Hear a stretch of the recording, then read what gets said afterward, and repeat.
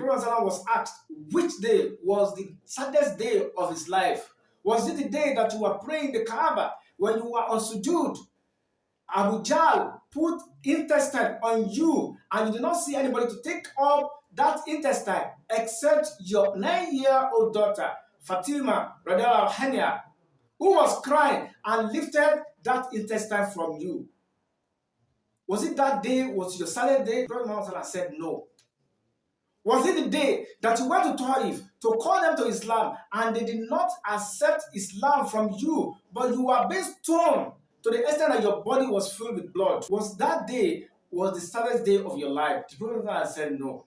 Was it the day of Hud, where you were in battlefield fighting and the enemies of Allah subhanahu wa ta'ala, they eat you to the extent that you lost your front teeth? Was it your saddest day? The Prophet said no. Then, which day was your saddest day? The Prophet said, the saddest day of my life was the day I called my tribes to Islam, but they rejected. It was the saddest day of my life. So as a caller to Islam, as a prophet who is disseminating the message of Allah subhanahu wa ta'ala, you will be so happy when you see people embracing Islam, when you see people changing their life for better through your message. Then you'll be so happy. That is the best day of a caller of Islam. That is the best day of someone who is doing da'wah.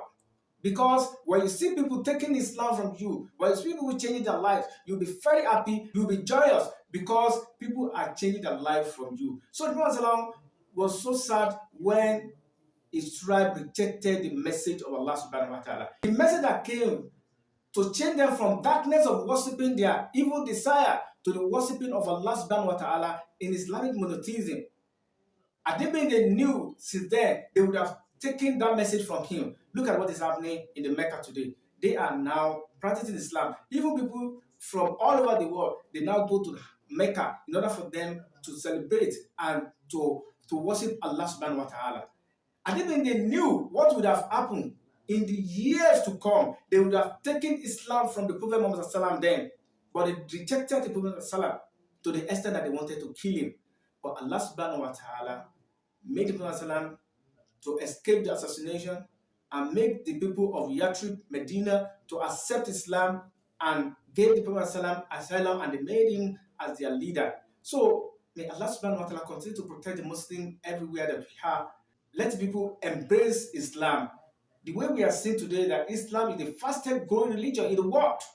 Whether we like it or not, all the advanced countries that are the enemies of Islam, they have started embracing Islam in multitude. May Allah continue to protect and promote Islam through us, inshallah. Assalamu alaikum.